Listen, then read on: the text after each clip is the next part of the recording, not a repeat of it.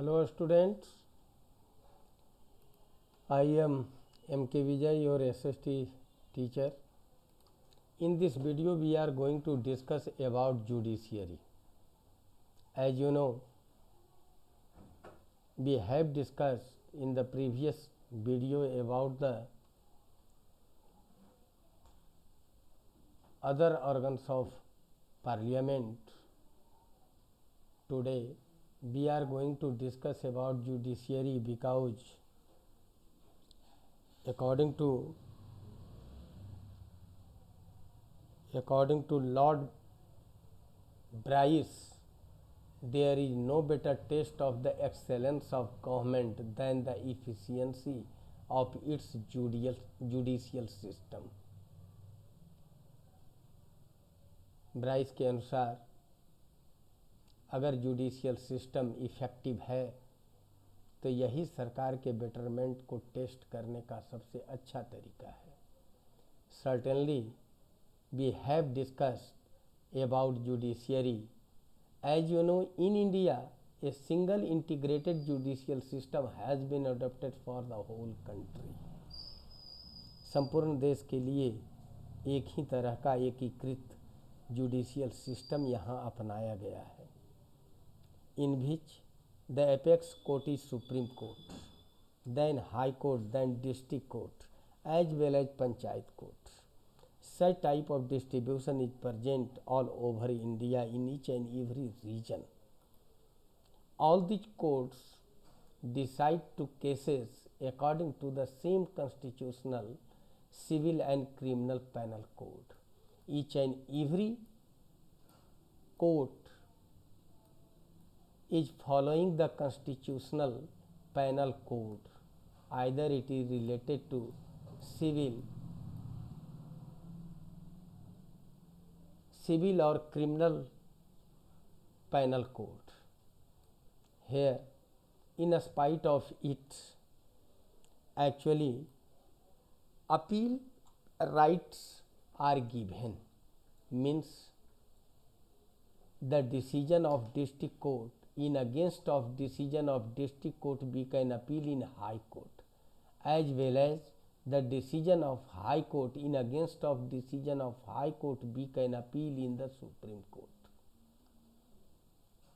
It is a system, and in this way our judicial system is present. Under it, now we are going to discuss about the Supreme Court of India. Supreme Court, Indian Supreme Court was inaugurated on 26th January 1950,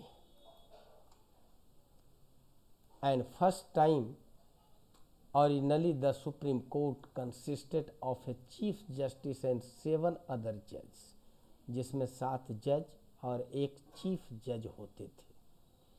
but article number 124 empowers parliament to determine and increase the number of जज. अनुच्छेद 124 के अनुसार parliament को यह power है कि यह निश्चित करे कि जजों की संख्या कितनी है या फिर उसको बढ़ा भी सकती है. इन अप्रैल 1986 द नंबर ऑफ जज and fixed it at 25 in 1986, but now 31 judges are present in Supreme Court, including Chief Justice, as well as the total judges has fixed 34, including Chief Judge. Yes, now we are going to discuss about the power and function of the Supreme Court, in which we can divide it into various parts, just like first original jurisdiction, in which such type of disputes are present that are present between center or central government and a state government. Otherwise, such type of cases that is present a state versus a states, as well as central versus a states, Such type of cases are known as original jurisdictions case, but it has some exceptions also. Dispute regarding political matter among different states is not coming under the original jurisdiction.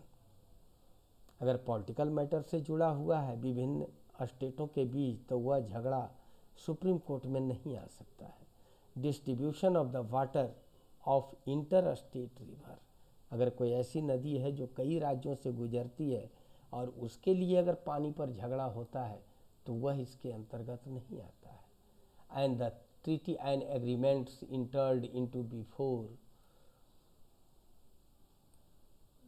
The promulgations of the constitution, अगर constitution से इधर उधर कोई treaty and agreement होता है तो वह भी इसके एक्सेप्शनल माना जाता है, that is not present under the original jurisdiction.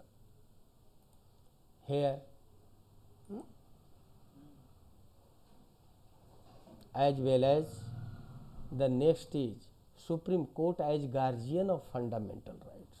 As you know, you have heard we are having fundamental rights, in which the last fundamental rights that are present under the article number 32, it is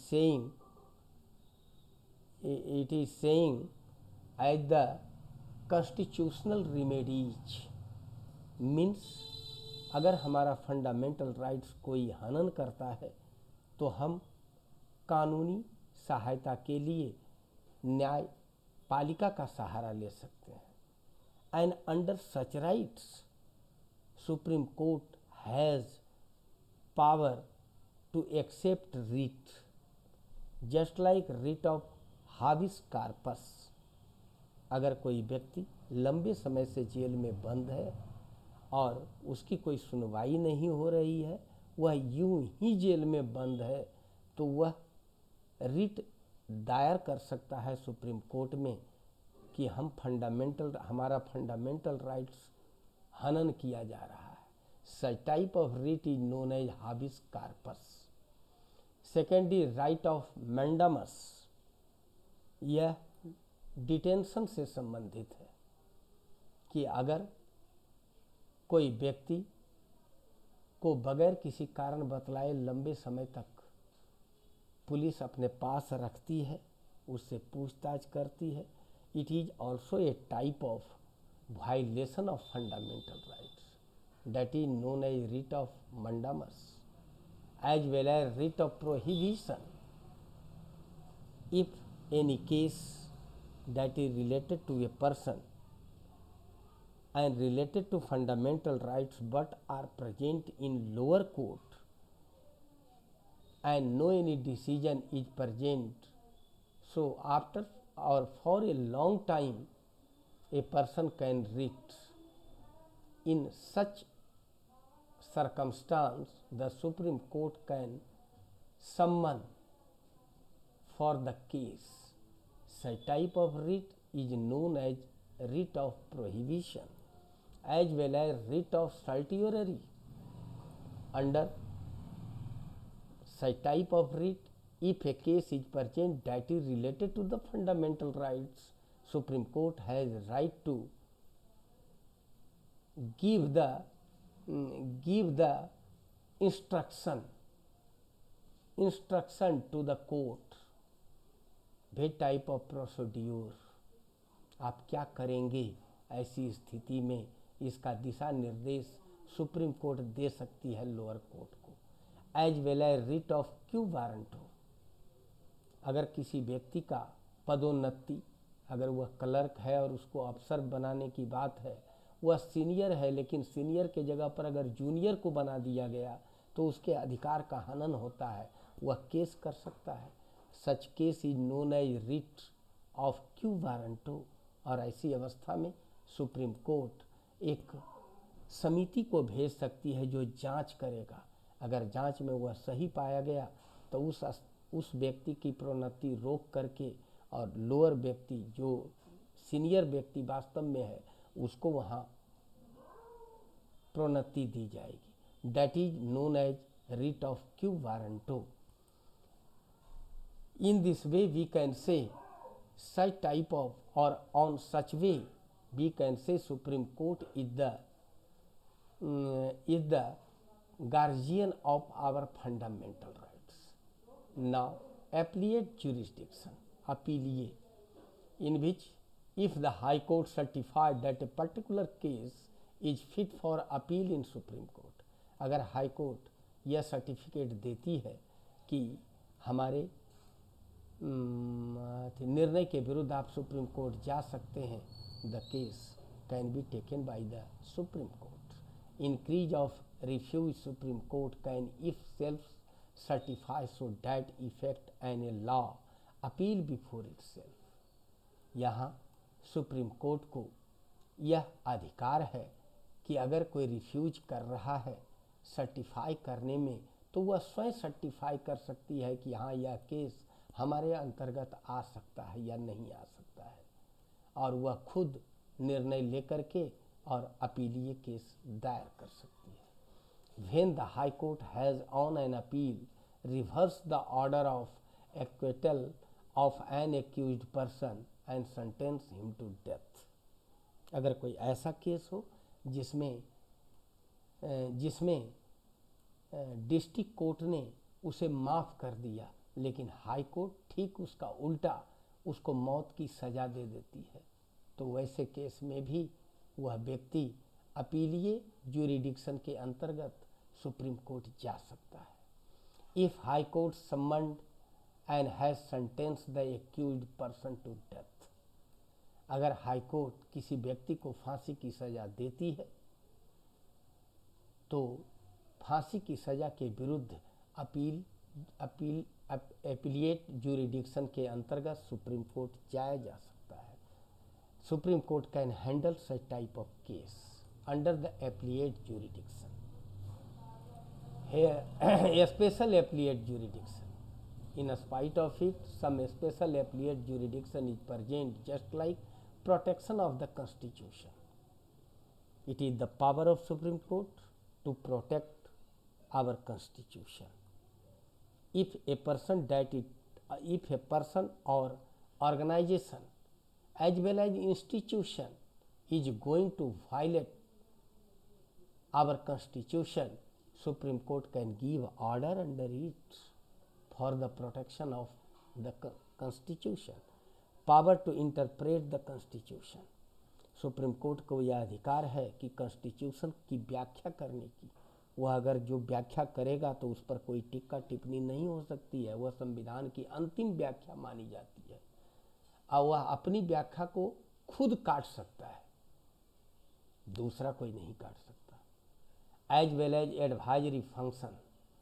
According to article number 143, Supreme Court has power to advise after the time, just like President.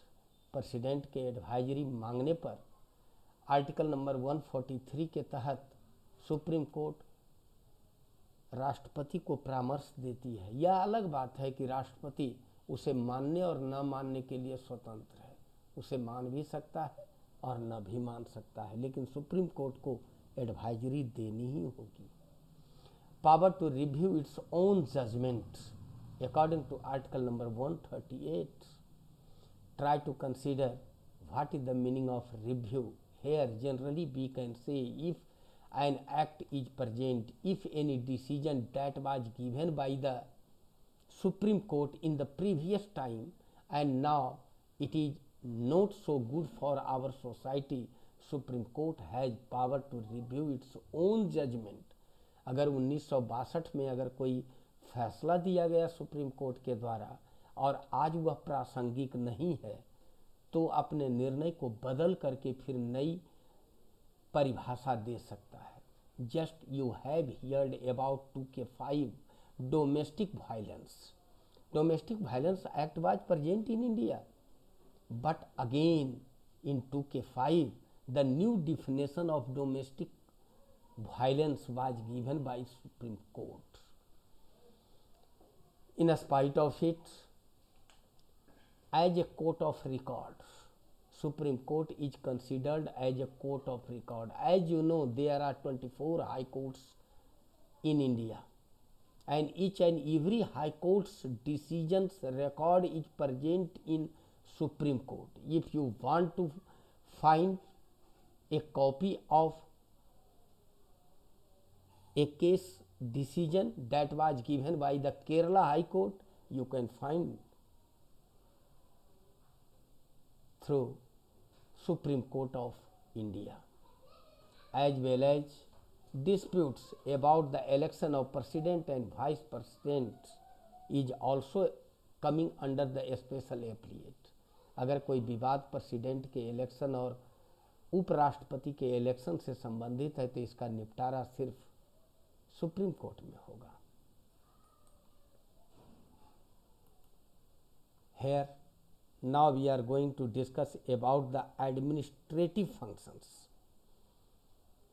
It kind supervise the work of the lower court. जैसा हम लोग पहले कह चुके हैं कि supreme court is apex court, सबसे ऊपर है.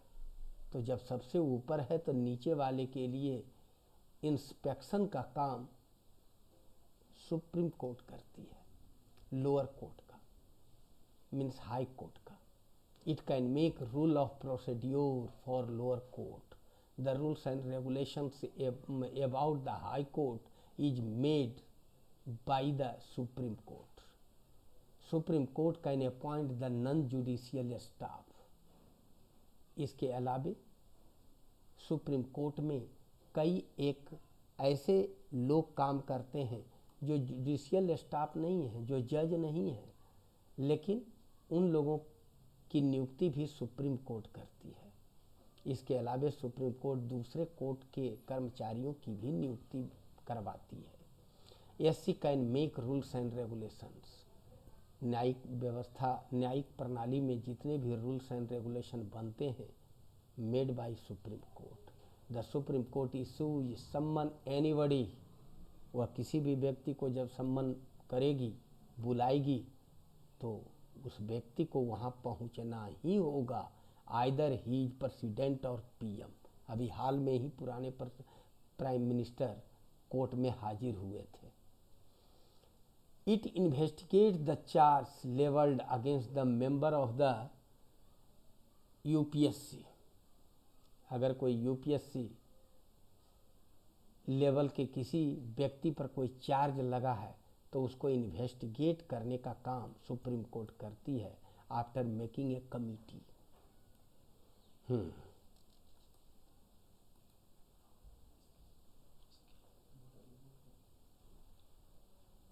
And rest part of the Supreme Court I will give in the another video.